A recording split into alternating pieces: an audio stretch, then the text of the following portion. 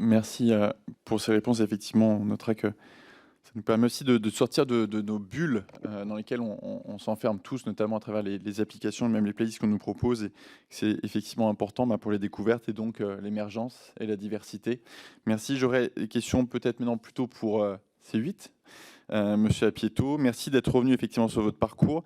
Vous l'avez dit en prenant l'image, vous avez commencé comme sur tabouret d'assistant réalisateur jusqu'au rôle de directeur de chaîne. Vous êtes donc un homme du contenu. C'est pour faire pas mal d'heures d'audition, on peut dire qu'effectivement aujourd'hui il n'y a plus que on va dire des professionnels du contenu et de l'audiovisuel qui ont les postes importants dans le secteur privé comme public d'ailleurs. Quel est justement votre regard sur la complémentarité que vous pouvez avoir avec ceux qui ne sont pas, et justement quelle est vous la plus-value en tant que directeur de chaîne d'être vraiment un homme de l'audiovisuel, du contenu en ayant gravi tous ces échelons? Première question.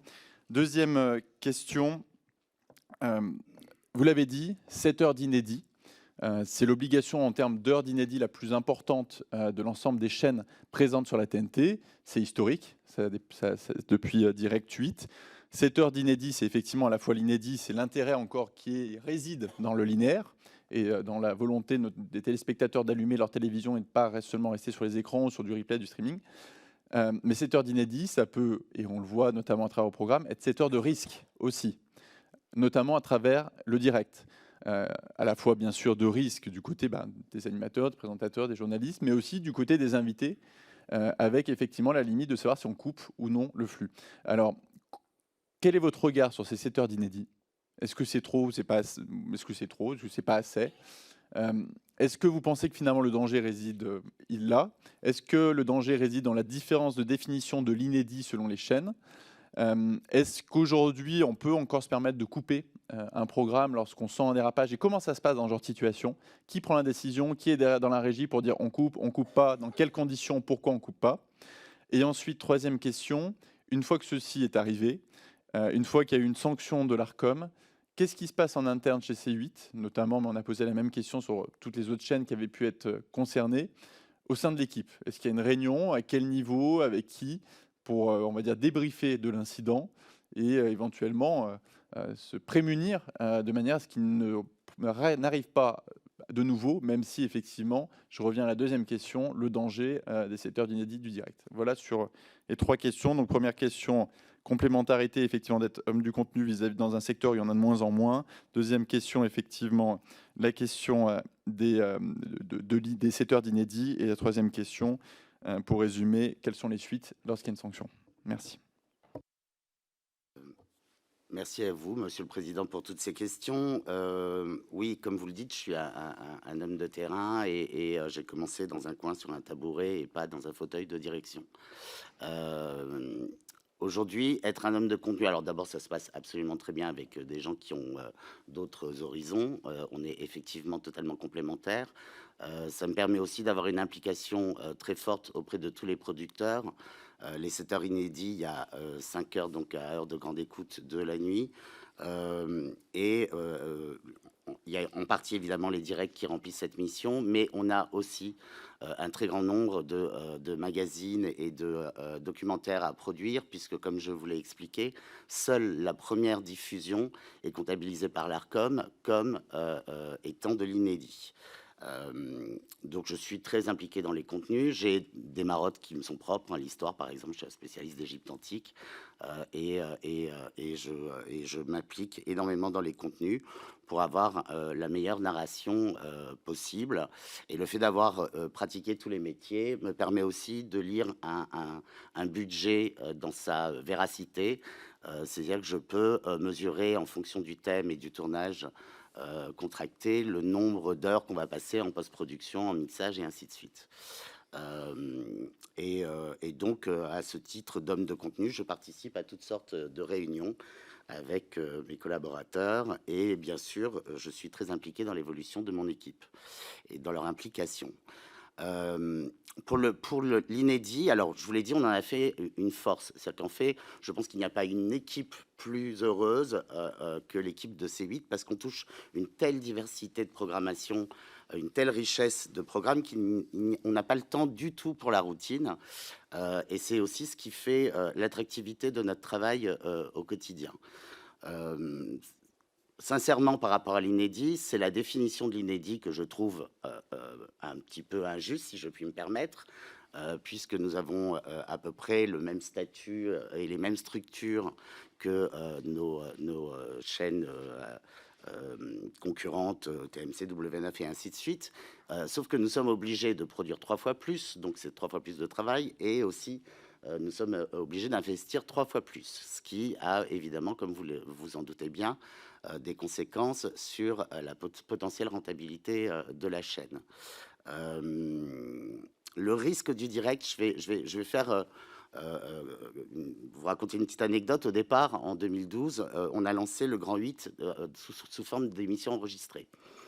Dans une autre configuration d'ailleurs, et on n'y arrivait pas. J'avais beau piloter l'émission, donc j'ai été voir à l'époque Ara Aprikian en lui disant sincèrement l'émission on n'y arrivera jamais, on n'a pas le ton, on a un édito qui est en rupture avec l'ambiance de l'émission. Vous savez, l'émission c'est un tout, c'est une machine qui se règle au millimètre près. Et en fait, si vous voulez, le direct provoque une adrénaline chez les talents qui sont à l'antenne et même dans l'équipe technique qui les entoure, que l'on ne retrouve pas quand on enregistre les émissions, qui sont de fait beaucoup plus confortables et où on peut prendre le temps de faire les choses. Ara a approuvé ma décision et nous avons donc décidé, alors que ça ne l'était pas le cas au départ, de mettre le Grand 8 en direct.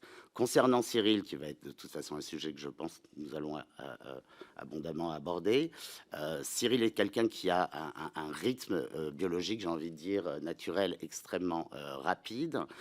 Il a aussi un certain nombre de passions qui l'occupent. C'est une quotidienne qui est extrêmement longue et Cyril, en tant que producteur, produit également PAF, l'émission de Pascal de la Tour du Pin. Donc il y a une équipe qui est très importante, mais aussi un temps de préparation.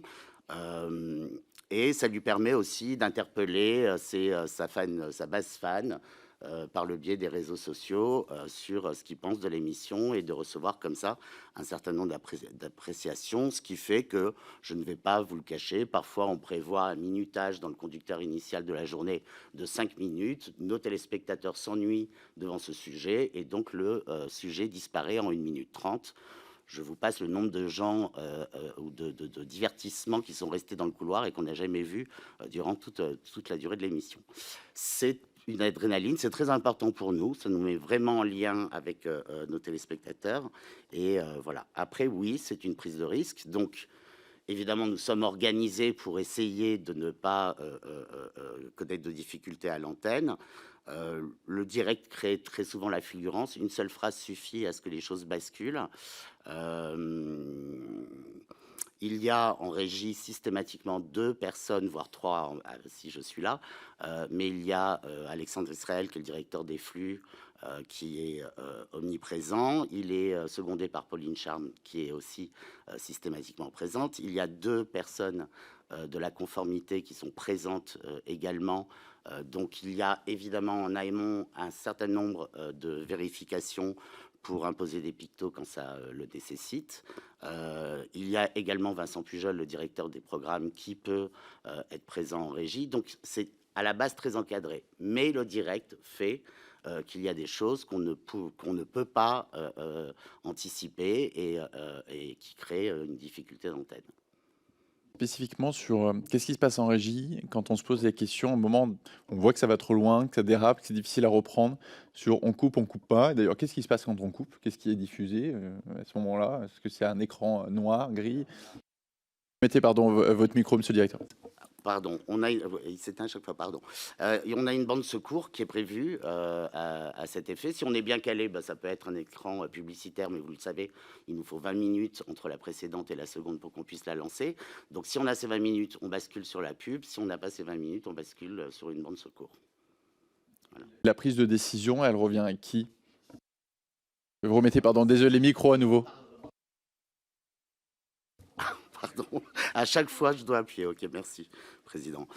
Si je suis présent, bah, elle dépend de moi. Alors, si je ne suis pas présent en régie, en général, je suis présent devant mon écran et avec le portable à portée de main pour que j'interviens très souvent, même si je ne suis pas présent en régie.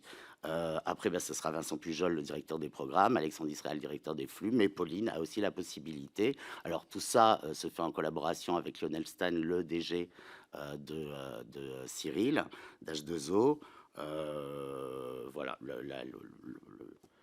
l'ordre vient de ces personnalités-là. D'accord. Et sur la troisième question, par rapport justement au lorsqu'il y a sanction donc de l'Arcom, quelles sont les suites à la fois internes, voilà, sur déjà le retour sur l'incident, entre vous, à quel niveau, qui est présent, qu'est-ce qui est organisé pour essayer, malgré aussi les difficultés du Alors, direct, très vite, on l'anticiper et l'empêcher? Très vite, on organise une réunion avec les équipes d'H2O et les propres équipes de C8. On débriefe l'incident, on essaie d'anticiper une saisie de l'Arcom ou pas, voire une sanction. C'est pas un moment de sérénité, hein. En général, il y a des échanges assez musclés entre nous. Évidemment, on se doit de débriefer et d'anticiper le fait que ça ne se reproduise pas par la suite. D'accord, merci, sachant qu'effectivement, on rappelle que c'est bien l'éditeur qui est sanctionné, non pas le producteur ni l'animateur. Pour chaque émission, c'est une règle générale de l'Arcom. Monsieur le rapporteur, je vous donne la parole pour vos 20 premières minutes de questions pour nos auditionnaires. Merci Monsieur le Président, merci messieurs.